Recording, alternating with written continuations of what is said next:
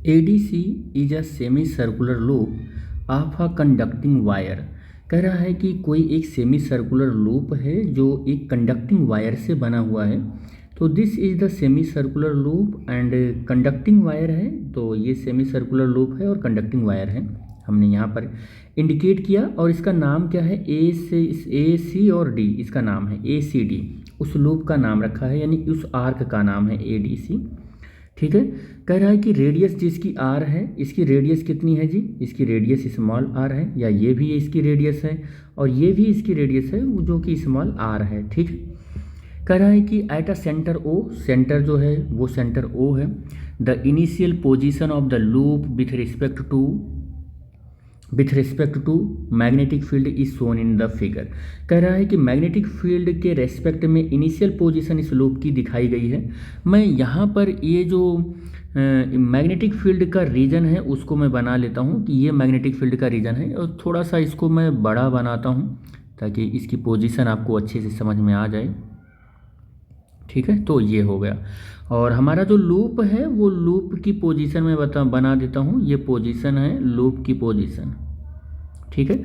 इस लाइन के इस साइड में मैग्नेटिक फील्ड है और कुछ इस तरीके से मैग्नेटिक फील्ड है, और क्रॉस का जो मैग्नेटिक फील्ड है हम ये मान कर चलते हैं कि डाउनवर्ड मैग्नेटिक फील्ड होता है, डाउनवर्ड मैग्नेटिक फील्ड है। और ये मैग्नेटिक फील्ड हमारा कांस्टेंट मैग्नेटिक फील्ड है, यूनिफॉर्मली कुछ किसी रीजन तक ये फैला हुआ है, तो ये मैग्नेटिक फील्ड है। और दिस इज द लूप, ये क्या बनाया है हमने, लूप है, और जिसका नाम A है, D है और C है। इनिशियल कंडीशन लूप की कुछ ऐसी ही है जैसे यहाँ पर दिखाया गया है। इनिशियल कंडीशन लूप की कुछ ऐसी ही है, मैग्नेटिक फील्ड के साथ बिल्कुल उस लाइन, ये जो लाइन है ब्लू कलर की, इसके इधर मैग्नेटिक फील्ड नहीं है, इधर मैग्नेटिक फील्ड नहीं है और इधर मैग्नेटिक फील्ड है, यानी कि इस साइड में B is not equal to 0। कह रहा है क्या बेटे ये कि initial position of the loop with respect to the magnetic field is shown in the figure. ये फिगर में दिखाया गया है, इस फिगर में दिखाया गया है। कह रहा the loop is the pulled, loop को क्या किया गया, खींच दिया गया। लूप को क्या किया गया बेटे, खींचा गया। इस लूप के किसी एक एंड को पकड़कर ऐसे खींच दिया गया। अब आप सोचो कि अगर इस लूप को पकड़कर ऐसे खींच दिया जाएगा तो लूप की सिचुएशन क्या हो सकती है। तो मैं कुछ सिचुएशन यहाँ लूप की बना रहा हूँ। जैसे देखो, ये एक सिचुएशन बनाया मैंने कि लूप कुछ इस तरीके से ऐसे हो जाएगा, ये इसका सेंटर है। ठीक है। फिर कुछ देर के बाद इस लूप की सिचुएशन कैसी हो जाएगी, ऐसी हो जाएगी। लूप की सिचुएशन कुछ ऐसी हो जाएगी, और कुछ देर के बाद फिर लूप की सिचुएशन ऐसी हो जाएगी। जब इसको खींच दिया जाएगा मैग्नेटिक फील्ड में तो इस पर एक टॉर्क लगेगा, और इंड्यूस्ड करंट हो, इसमें इंड्यूस्ड करंट होने की वजह से, या हम ऐसे कह सकते हैं कि जब इसको खींचा जाएगा तो इसका एरिया इस मैग्नेटिक फील्ड में देखो चेंज हो रहा है, इसका एरिया इस मैग्नेटिक फील्ड में चेंज हो रहा है, ये एरिया चेंज हो रहा है। यहाँ 1/4 का एरिया आया, यहाँ हाफ आ गया, और फिर से यहाँ पर 3/4 आ गया, और फिर से कंडीशन मैग्नेटिक फील्ड का कैसे आया, कुछ इस तरीके से आ गया, कुछ इस तरीके से आया। तो ऐसे इसकी कंडीशन क्या होगी, लूप की चेंज होगी कुछ इस तरीके से। इस तरीके से लूप की कंडीशन मैं कुछ बना रहा हूँ, अभी आपको पता चल जाएगा कि ये क्या हो रहा है। तो ठीक, अब फिर क्या हो जाएगी, तो यहाँ पर जो कंडीशन है अगेन इस लूप का यही कंडीशन आ गया। टोटल जो सिचुएशन बनी है, इस सिचुएशन को नाम देते हैं। एक सिचुएशन है ये, सेकंड सिचुएशन है, और थर्ड सिचुएशन, फोर्थ सिचुएशन, और फिर हमारा क्या हो गया, फोर्थ के बाद देखो कौन सी सिचुएशन बनेगी। ये गड़बड़ सिचुएशन है बेटे, ये डायरेक्ट सही नहीं बन पाया। तो एक सिचुएशन ये बनेगा कि कुछ इस तरीके से लूप यहाँ पर ऐसे रोटेट हो जाए। आफ्टर दैट फिर अब ये ऐसे घूम चुका है, तो ये लूप जो है कुछ ऐसे हो जाएगा, कुछ ऐसे हो जाएगा ये लूप, और फिर ऐसे होगा यहाँ, ये कुछ ऐसे हो जाएगा ये लूप, और फिर ऐसे होगा ये लूप। ये कई सारी सिचुएशंस बनेंगे इसमें, और फिर फाइनली हम एक और सिचुएशन यहाँ पर बनाएंगे, एक सिचुएशन और बनाएंगे यहाँ पर। तो वो सिचुएशन क्या रहेगी, वो सिचुएशन यहाँ पर, ये कैसी लाइन बन गई, एक सिचुएशन और बनेगा जो कुछ इस तरीके से यहाँ पर लूप ऐसे फिर से आ जाएगी। 9 सिचुएशन बन रहे होंगे, 5th सिचुएशन, 6th सिचुएशन, और 7th, 8, और 9 सिचुएशन के बीच में 8 रोटेशन होगा, 8 कंडीशन हो जाएगा, ठीक है। और अब देखो कि ये डिफरेंट डिफरेंट जो सिचुएशन हमने बनाए हैं, देखो हमारा जो लूप है वो कहाँ से स्टार्ट किया है, लूप हमारा स्टार्ट किया है यहाँ से चलना, ये यहाँ से चलना। मैं पूरा अच्छे से आपको करके यहाँ पर दिखा दे रहा हूँ कि किस तरीके का यहाँ पर हो रहा है। ये यहाँ पर मैं पूरी कंडीशन आपको दिखाऊंगा कि किस तरीके से ये रोटेट करेगा जब खींच कर छोड़ेंगे इसको। तो पहले ऐसे लूप रखा हुआ था, इसको थोड़ा सा ऐसे पुल करके छोड़ दिया। अब पुल करके छोड़ दिया तो फिर क्या हुआ, इस पर एक टॉर्क हुआ, प्रोड्यूस हुआ, टॉर्क ने इसको क्या किया, घुमाना शुरू कर दिया। अब यहाँ से घूमना शुरू किया है और यहाँ पर घूमा है, और फिर यहाँ पर देखो थीटा की वैल्यू, यहाँ पर initial condition theta equal to 0 से 90 डिग्री हो गया है। और अब देखो फिर से ऐसे घूम रहा है, थीटा की वैल्यू यहाँ पर 180 डिग्री हो गया है बेटे, और फिर ऐसे घूमा है और थीटा की वैल्यू यहाँ 270 डिग्री हो गया है, फिर घूमकर थीटा की वैल्यू यहाँ 360 डिग्री हो गया। एक रोटेशन कंप्लीट कर गया है, एक रोटेशन जिस कंडीशन से चला था उस कंडीशन में आने पर इसके 9 सिचुएशन हो जाते हैं टोटल। अगर हम यहाँ पर देखें तो यहाँ के बाद से ये लास्ट वाली जो कंडीशन है ये फिर से इनिशियल कंडीशन में ही आ चुका है ये। तो हम ये देख लेते हैं कि हमारा लूप ना इस मैग्नेटिक फील्ड के अंदर जब से ही थोड़ा सा पुल करके छोड़ दिया गया, देखिए the loop is pulled into the magnetic field, जैसे ही पुल करके छोड़ दिया गया इट मेक्स 2 कंप्लीट रोटेशन। क्या कर लेता है बेटे कि 2 कंप्लीट रोटेशन ये कंप्लीट कर लेता है, यानी कि एक सिचुएशन इसकी ही जैसी और बनेगी। तो बेटे देखो दूसरी सिचुएशन जो है वो दूसरी सिचुएशन मैंने फर्स्ट सिचुएशन जो है वो मैंने यहाँ पर ड्रॉ किया, फर्स्ट सिचुएशन यहाँ पर ड्रॉ किया। देखो बेटे ये दो कंप्लीट रोटेशन लगा रहा है, तो एक कंप्लीट रोटेशन तो यहाँ पर कंप्लीट हो गया, एक रोटेशन यहाँ कंप्लीट हो गया।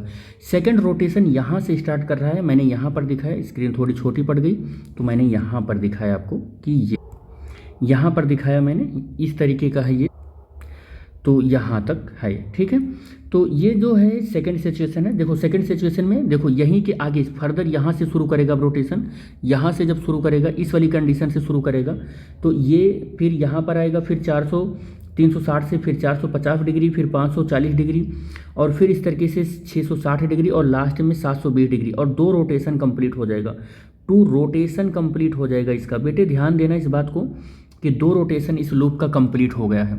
अब अगर इसका 2 रोटेशन कंप्लीट हुआ है तो आगे पढ़ते हैं। यहाँ तक हमने क्वेश्चन को रिजॉल्व कर लिया है, यहाँ तक क्वेश्चन को क्या कर लिया है, रिजॉल्व कर लिया है यहाँ तक कि it makes 2 complete rotation about the O, और ओ पॉइंट यहाँ पर है। देखो बेटे ओ पॉइंट यहाँ पर है, ये ओ पॉइंट है, ठीक है, ये ओ पॉइंट है, तो ओ पॉइंट यहाँ पर है, ये ओ पॉइंट है, ओ पॉइंट है। रेडियस तो आर है, सबको पता है, रेडियस पहले ही बता दिया गया कि इसका रेडियस आर है। अब हर एक डायग्राम में लिखना पॉसिबल नहीं है, आप लिख लेना आर है। अब देखिए यहाँ तक अगर आपको सब समझ में आ चुका है कि क्या खेल हो रहा है, तो अब इस न्यूमेरिकल पर आते हैं। कह रहा है कि प्लॉट करो, क्या प्लॉट करना है बेटे, कह रहा है plot a graph between the induced current I and angle of rotation. तो कह रहा है कि आप एक ग्राफ प्लॉट करो, और उस ग्राफ में क्या प्लॉट करना है, किसके किसके बीच में, एंगल ऑफ रोटेशन जिसको थीटा कहते हैं, और दूसरी चीज़ किसको कह रहा है कि करंट आई के साथ आप ग्राफ प्लॉट करो।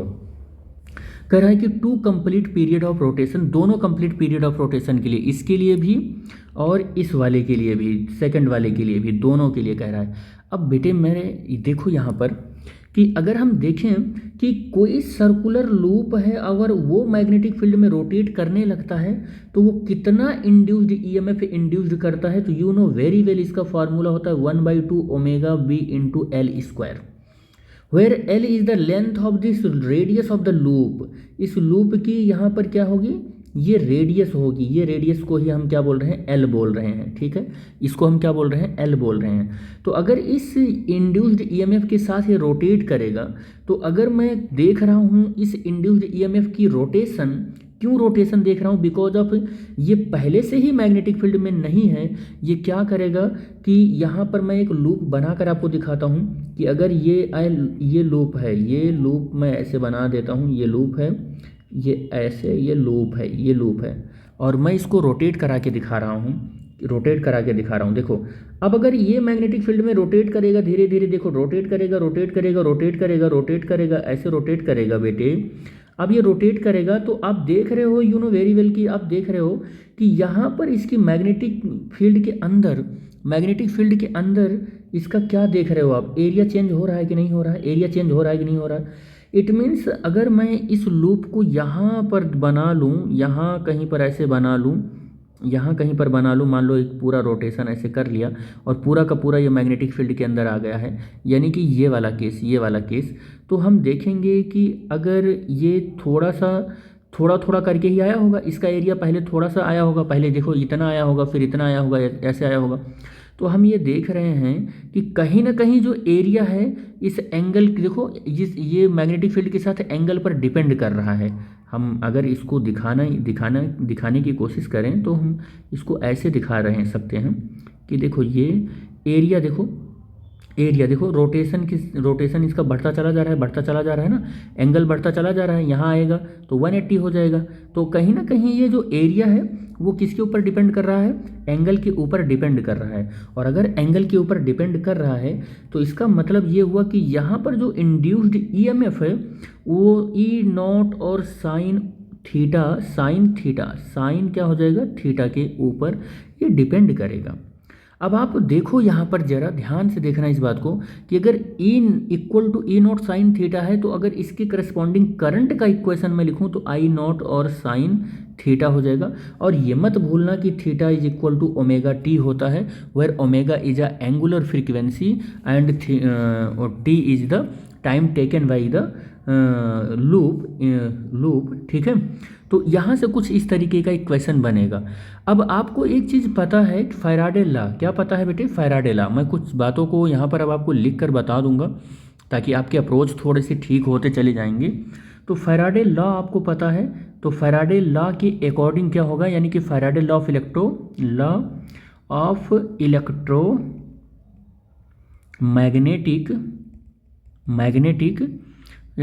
इलेक्ट्रोमैग्नेटिक इंडक्शन, ये लॉ होता है, ठीक है।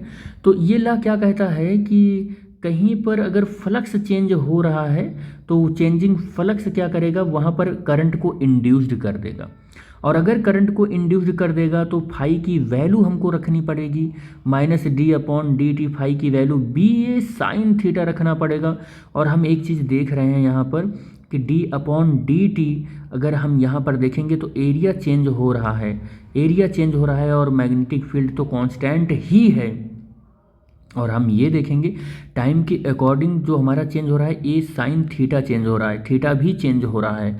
इसका मतलब हमारा ई जो है वो यहाँ पर थीटा और एरिया दोनों पर डिपेंड कर रहा है, तो थीटा चेंज होगा तो ई भी चेंज हो जाएगा, थीटा चेंज होगा तो ई भी चेंज हो जाएगा। मतलब अगर ये चेंज होगा तो हमारा ई भी चेंज हो जाएगा, और अगर ई चेंज होगा तो हमारा आई भी चेंज हो जाएगा। कहने का ये मतलब है मेरे, बस कहने का यही मतलब है कि आई भी मेरा क्या हो जाएगा, चेंज हो जाएगा। तो अगर मैं यहाँ पर इस सिचुएशन के लिए ई अगर देखूँ तो ये होता है BA और साइन 0, तो ई की वैल्यू 0 आ गई। और अगर मैं अब आई की वैल्यू को अगर देखूँ तो ये कितना होता है, आई नॉट और साइन 0 होता है, ये क्या हो जाएगा, आई नॉट और ओमेगा भी होता है, यहाँ पर ओमेगा भी होता है। तो हम ये देखेंगे साइन 0 तो इसकी वैल्यू भी 0 हो जाएगी। अगर मैं दूसरी सिचुएशन के लिए अब ई की वैल्यू देखूँ या आई की डायरेक्ट वैल्यू में भी मैं देख सकता हूँ, I is equal to I naught और साइन 90 अगर मैं देखूँ तो यहाँ पर मुझे दिख रहा है कि साइन 90 की वैल्यू क्या होती है, 1 होती है। साइन 90 की वैल्यू 1 होती है। इसका मतलब आई मुझको कैसा मिला, यहाँ पर मैक्स मिला बेटे, क्या मिला, मैक्स मिला यहाँ पर। अगेन मैं यहाँ पर I is equal to I naught क्योंकि ये एम्पलीट्यूड ऑफ द करंट होता है, एम्पलीट्यूड ऑफ द करंट क्या है, मैक्सिमम है, ठीक है। I equal to I naught sine 180 अगर मैं देखूँ तो अगेन मुझको आई की जो वैल्यू है वो 0 मिलेगी। और फिर मैं 270 पर अगर मैं देखूँगा तो आई की वैल्यू आई नॉट और साइन 270, और ये वैल्यू माइनस में मिलेगा तो माइनस आई नॉट। इसका मतलब अगेन ये वैल्यू हमको माइनस में तो मिली बट नेगेटिव मिली हमको, कैसे मिली, नेगेटिव मिली। फिर से मैं क्या करने वाला हूँ कि I is equal to I naught और साइन, और मैं क्या देखने वाला हूँ 360 की वैल्यू। तो फिर मुझे आई इक्वल टू क्या मिलेगा, आई नॉट इंटू जीरो मिलने वाला है ये। तो आई इक्वल टू क्या मिलेगा, जीरो। अब यहाँ पर अगर आई की वैल्यू अगर आप देखोगे तो आई, ये तो वैल्यू यहीं से मैंने शुरू कर दी है, तो आई की वैल्यू जीरो ही मिलेगी। फिर यहाँ से आई की वैल्यू आप देखोगे तो आई नॉट और साइन 450 जीरो, यही वैल्यू आप देखोगे पीरियोडिकली आपको मिलती चली जाएगी, यही वैल्यू आपको पीरियोडिकली मिलती चली जाएगी कि आई नॉट और यहाँ पर आई नॉट जो होगा वो मिलेगा, यानी कि मैक्स वैल्यू मिलेगी। फिर अगेन क्या होगा, देखो यही सिचुएशन रिपीट कर रहा है, ये मैक्स वैल्यू मिलेगी। और फिर आपको I is equal to I naught into zero मिलेगा, तो आई जीरो मिल जाएगा। फिर यहाँ पर आपको I equal to I naught minus के साथ मिलेगी, यानी कि मैक्स तो मिलेगा बट यहाँ माइनस के साथ मिलेगा। तो फिर आपको I equal to I not यानी कि आई की वैल्यू जीरो मिल जाएगी। आपने क्या देखा कि आई की वैल्यू पीरियोडिकली चेंज हो रही है, आई की वैल्यू आपने क्या देखा पीरियोडिकली चेंज हो रही है।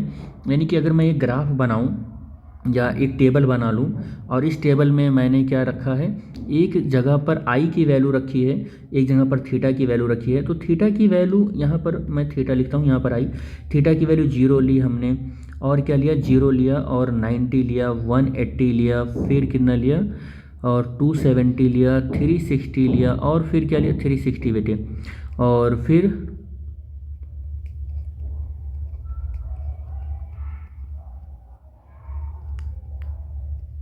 ये सारी वैल्यू हमने ले ली। ठीक है, ये सारी वैल्यू जो हमने ले ली, तो आई की वैल्यू हमने देखा यहाँ जीरो मिला, आई नॉट मिला, जीरो मिला, माइनस आई नॉट मिला, जीरो मिला, फिर क्या हुआ कि प्लस आई नॉट मिला, फिर जीरो मिला, फिर माइनस आई नॉट मिला, फिर जीरो मिला। यही वैल्यू शायद मिली हुई है, एक बार टेबल आप चेक कर लेना थ्री। ठीक है, यही वैल्यू मिली हुई है।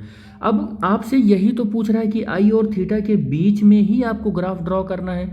और आप एक चीज़ तो जान ही चुके हैं, क्या जान चुके हैं कि जिस तरीके से आई और थीटा चेंज हो रहे हैं, इसमें कहीं ना कहीं अल्टरनेटिवली चेंजमेंट दिख रहा है आपको। अगर कहीं ना कहीं अल्टरनेटिवली चेंज दिख रहा है, इट मीन्स दैट आप क्या कंक्लूजन निकालेंगे कि आई के साथ थीटा का चेंजिंग या थीटा के साथ जो आई का चेंजिंग है वो अल्टरनेटिवली चेंज होने का मतलब एक साइनोसॉइडल ग्राफ मिलेगा। क्या मिलेगा आपको, साइनोसॉइडल ग्राफ मिलेगा। और अगर साइनोसॉइडल ग्राफ मिल रहा है तो इसके ग्राफ को आप ड्रॉ कैसे करोगे, आप कैसे ड्रॉ करोगे, इसके ग्राफ को आप ड्रॉ करोगे बिल्कुल साइन वेव के तरीके, ऐसे ड्रॉ करोगे, ऐसे, एक मिनट, ये ऐसे। और यहाँ पर दो रोटेशन कंप्लीट कर रहा है, तो एक रोटेशन यहाँ पर हो गया बेटे और एक रोटेशन यहाँ पर हो गया। और देखो आप, जब थीटा की वैल्यू जीरो थी, देखो आप थीटा की वैल्यू जीरो थी तो करंट भी आपको जीरो मिला है। जब थीटा की वैल्यू 90 थी, देखो थीटा की वैल्यू 90 थी, यानी कि π/2 जब था, तो आपको आई की वैल्यू मैक्सिमम मिल रही है, आई की वैल्यू मैक्सिमम मिल रही है। जब थीटा की वैल्यू जीरो है तो अगेन आई की वैल्यू आपको जीरो मिल रही है। जब थीटा की वैल्यू 270 है, थीटा की वैल्यू देखो ये पाई हो गया, यहाँ पर 270 हो गया, 270 का मतलब हम क्या लिख सकते हैं 3π/2 बेटे। ठीक है, 3π/, तो क्या मिलने वाला है, तो अगेन देखो हमें क्या मिलने वाला है कि हमने 3π/2 270, तो आई की वैल्यू देखो फिर से मुझे माइनस में आई नॉट मिलने वाला है, माइनस में आई नॉट मिलने वाला है। ठीक है, अब मेरा क्या हो गया कि मैंने इस वैल्यू को 2π ही कर दिया, क्या कर दिया 2π ही कर दिया।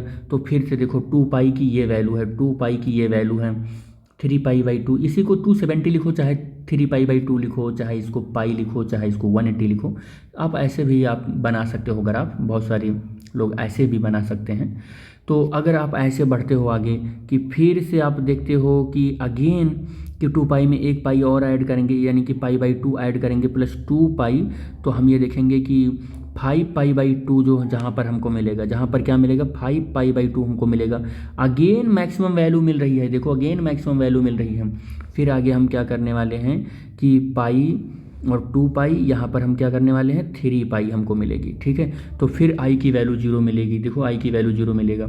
फिर हम क्या करेंगे 3π में π/2 जोड़ेंगे, यानी कि 7π/2, तो फिर से हमको देखो आई की वैल्यू नेगेटिव और आई नॉट मिलने वाला है, और 720 यानी कि 2π पर हम देखेंगे फिर से जीरो मिल जाएगा।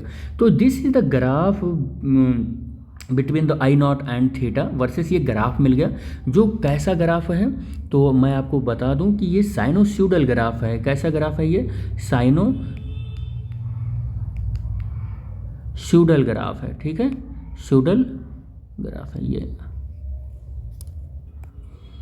ये स्यूडल ग्राफ है ये, ठीक है। किसके किसके बीच में मिला आपको? आई और थीटा के बीच में मिला। तो एक पार्ट मैंने आपको समझाया और समझाकर ये कंप्लीट किया।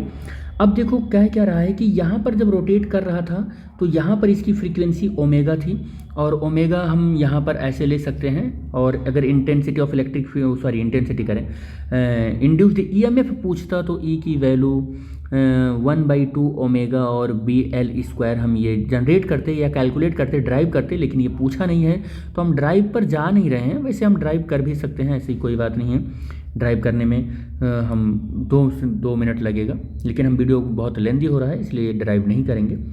देखो करते क्या है, कह रहा है कि डिपिक्ट, आगे ये पार्ट तो मेरा सॉल्व हो गया। कह रहा है depict the above graph in case of loop. कह रहा है कि हम जो ग्राफ लूप में दिखाए हुए हैं ADC, ये ADC जो ये दिखाए हुए हैं, revolve with the angular frequency. अगर अब ये एंगुलर फ्रीक्वेंसी ओमेगा से ना रिवॉल्व करके ओमेगा डैश यहाँ हट गया है, ओमेगा डैश से रिवॉल्व करता है, ये मिसप्रिंट है, ये आप समझ लेना कि ओमेगा डैश है ये, ठीक है। ओमेगा से ना रिवॉल्व करके ओमेगा डैश से रिवॉल्व कर रहा है, और कह रहा है इस ओमेगा की कंडीशन बता रखी है कि इस ओमेगा, ये ओमेगा जो है इस ओमेगा से, पहले वाले ओमेगा से थोड़ा सा ज़्यादा है। तो keep all other condition fixed, और सारी कंडीशन बाकी सब फिक्स है। जैसे ये हमने बताया ना, ये सारे केसेस बिल्कुल सारे केसेस वैसे ही हो रहे हैं, बस ओमेगा थोड़ा सा ज़्यादा हो गया। तो कह रहा है कि अब बताइए कि give the reason for the change in the depict in the graph. कह रहा है अब ग्राफ क्या होगा और रीजन भी बताना है। तो बेटे मेरे सारी कंडीशन अगर ऐसे ही है तो क्या ग्राफ का शेप चेंज हुआ होगा क्या? तो आपको लिखना पड़ेगा कि the shape of the graph does not change, होता नहीं है, ग्राफ नहीं चेंज होता है। ये ग्राफ कैसा है? सेम जैसा था वैसा ही रहने वाला है। तो हम ये कहेंगे कि शेप चेंज, सेकंड वाले के लिए लिख रहा हूँ बेटे, अब shape is not change but ध्यान देना इस बात को, but E is equal to 1/2 omega BL² होता है। इसका मतलब कहीं ना कहीं ओमेगा डैश हो चुका है ये, अब ओमेगा डैश हो चुका है ये L², और सारी कंडीशन L भी सारी वही की वही है। तो E ना होकर यहाँ E डैश हो जाएगा, और E डैश जो होगा वो कहीं ना कहीं E से ज़्यादा हो जाएगा।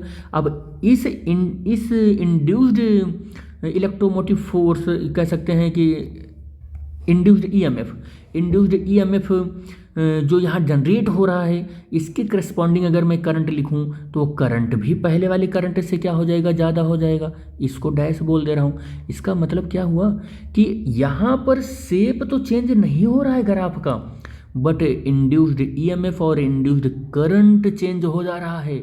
लेकिन ओमेगा ये वाला ज़्यादा है तो ये इंड्यूस्ड ईएमएफ भी ज़्यादा होगा, ये करंट भी ज़्यादा होगा। यानी कि पहले का जो एम्पलीट्यूड था, अगर वो एम्पलीट्यूड मान लो कि जा रहा होगा -10 एम्पियर, पहले का मान लो I0 की वैल्यू मान लो 10 एम्पियर रही होगी, तो अब 10 एम्पियर से ज़्यादा का इसका एम्पलीट्यूड होगा, ये एम्पलीट्यूड थोड़ा सा और ज़्यादा आ जाएगा। तो आप रीजन क्या लिखोगे रीजन में कि due to the change in the angular frequency of the rotating conducting wire, तो और वो थोड़ा ज़्यादा भी है तो इसकी वजह से हमारा इंड्यूस्ड ईएमएफ भी चेंज हो जाएगा और पहले से थोड़ा सा ज़्यादा आएगा। That's why current will also change and greater than the previous value, और प्रीवियस वैल्यू से थोड़ी ज़्यादा आएगी। But shape does not change, लेकिन शेप चेंज नहीं होएगा। और क्या बोलोगे इसके बारे में? फ्रीक्वेंसी बढ़ गई है। बिकॉज ऑफ फ्रीक्वेंसी क्यों बढ़ गई है? क्योंकि ओमेगा मेरा बढ़ गया है। ओमेगा बढ़ने की वजह से फ्रीक्वेंसी भी इसकी क्या हो जाएगी? बढ़ जाएगी। क्यों बढ़ जाएगी? क्योंकि ओमेगा डैश की value 2π f dash greater than 2π और f हो जाएगा। ये तो पहले की फ्रीक्वेंसी का एंगुलर फ्रीक्वेंसी से करस्पॉन्डिंग फ्रीक्वेंसी लिखा, और अब नई एंगुलर फ्रीक्वेंसी के करस्पॉन्डिंग अगर फ्रीक्वेंसी लिखूंगा तो f डैश हो जाएगा, 2 से 2 कैंसिल हो जाएगा, f dash is equal to f। तो फ्रीक्वेंसी भी बढ़ जाएगी। इसका मतलब कि अगर ये 2 सेकंड में, ये वाली वेव 2 सेकंड में 2 चक्कर लगा रही है, मान लेते हैं 2 रिवोल्यूशन कर रही है, तो यही वेव अब 2 सेकंड में 4-5 रिवोल्यूशन कर लेगी। अब यहाँ पर तो वो गिवन नहीं है कि कैसे क्या हो रहा है, लेकिन आप ये बात आप अपने रीजन में मेंशन करेंगे। क्या रीजन में मेंशन करेंगे कि इसकी फ्रीक्वेंसी बढ़ गई है। देखो यहाँ तक अब नहीं हम ड्रॉ करेंगे, अब थोड़ा सा पहले ही इसकी फ्रीक्वेंसी बढ़ गई है ना, उतने ही टाइम में ये क्या करेगा, और ज़्यादा रिवोल्यूशन कंप्लीट कर लेगा। ठीक है, अब कितना कर रहा है ये तो हमें पता भी नहीं है, लेकिन आप क्या लिखोगे इसके पीछे रीजन, कि शेप चेंज नहीं होगा, इंड्यूस्ड ईएमएफ बढ़ जाएगा, करंट बढ़ जाएगा, एंगुलर फ्रीक्वेंसी बढ़ने की वजह से इसकी फ्रीक्वेंसी भी बढ़ जाएगी। तो ये सारी चीज़ों को आप मेंशन करोगे। तो लेक्चर एक ही न्यूमेरिकल में थोड़ा लेंथी हो गया है, बट मैं उम्मीद करता हूँ कि सारी चीज़ों को इस न्यूमेरिकल में आप पकड़ पाए होंगे।